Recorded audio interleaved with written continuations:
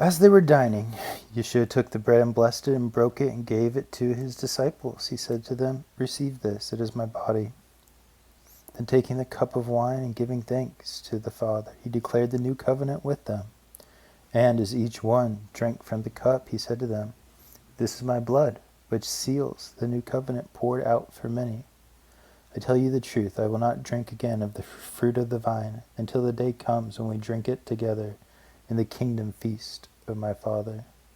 Then they sang a psalm and afterwards left for the Mount of Olives. Yeshua said to them, "You will all fall away and desert me." This will fulfill the prophecy of the scripture that says, "I will strike down the shepherd, and all the sheep will scatter. But after I am risen, I will go ahead of you to Galilee." Then Peter spoke up and said, "Even if all the rest lose faith and fall away, I will still be beside you." Yeshua said, "Mark my words, Peter. This very night before the rooster crows twice, a few hours from now, you will deny that you know me 3 times. But Peter was insistent and replied emphatically, "I will absolutely not. Under no circumstances will I ever deny you, even if I have to die with you." And all the others repeated the same thing. Then Yeshua led his disciples to an orchard called the Oil Press. He told them, "Sit here while I pray a while." He took Peter, Jacob, and John with him. An intense feeling of great horror plunged his soul into deep sorrow, and he said to them, "My heart is overwhelmed with anguish and crushed with grief. It feels as though I'm dying. Stay here and keep watch with me." He walked a short distance away, and being overcome with grief, he threw himself face down on the ground. He prayed that if it were possible, he would not have to experience this hour of suffering. He prayed, "Abba, my Father, all things are possible for you. Please remove this cup of suffering. Yet what I want is not important, for I only desire to fulfill your plan for me." Then he came back to his 3 disciples and found them all sound asleep. He awakened Peter and said to him, "Simon, are you asleep? Do you lack the strength to stay awake with me for even just an hour? Keep alert and pray that you'll be spared from this time of testing. For your spirit is eager enough, but your humanity is feeble." Then he left them a second time and went to pray the same thing. Afterward he came back to the disciples and found them sound asleep, for they couldn't keep their eyes open and they didn't know what to say to him. After praying for the 3rd time, he returned to his disciples and awoke them again, saying, "Do you plan on sleeping and resting indefinitely? That's enough sleep. The end has come and the hour has arrived for the Son of Man to be handed over to the authority of sinful men. Get up and let's go. Don't you see my betrayer draws near?" At that moment, Judas, one of the 12, arrived, along with a large crowd of men armed with swords and clubs. They had been sent to arrest Yeshua by order of the ruling priests, the religious scholars, and the Jewish leaders. Now Judas, the traitor, had arranged to give them a signal that would identify Yeshua, for he had told them, "Yeshua is the man I will kiss. So arrest him and take him away." Judas quickly stepped up to Yeshua and said, "Rabbi, my teacher," and he kissed him on both cheeks. Then the armed men seized Yeshua to arrest him. One of the disciples pulled out a sword and swung it at the servant of Caiaphas, the high priest, slashing off his ear.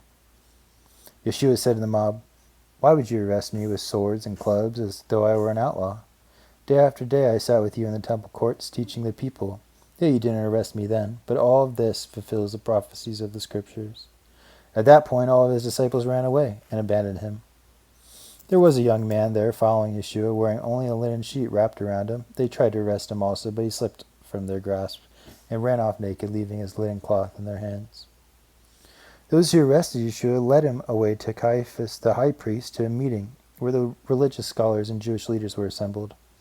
Now Peter had followed him from a distance all the way to the chief priest's courtyard. He sat with the guards and was warming himself by the fire.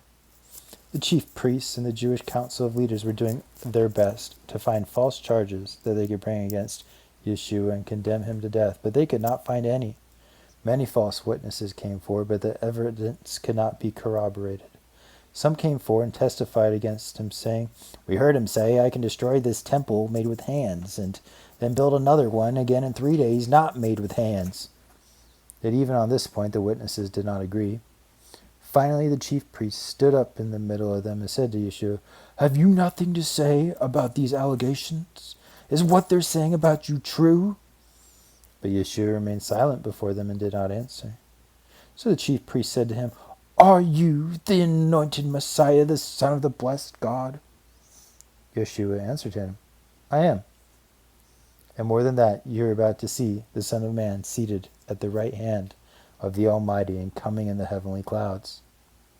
Then, as an act of outrage, the high priest tore his robe and shouted, No more witnesses are needed, but you've heard this grievous blasphemy. Turning to the council, he said, Now what's your verdict? He's guilty and deserves the death penalty, they all answered. Then they spat on his face and blindfolded him. Others struck him over and over with their fists and taunted him by saying, Prophesy to us, tell us which one is about to hit you next. And the guards took him and beat him.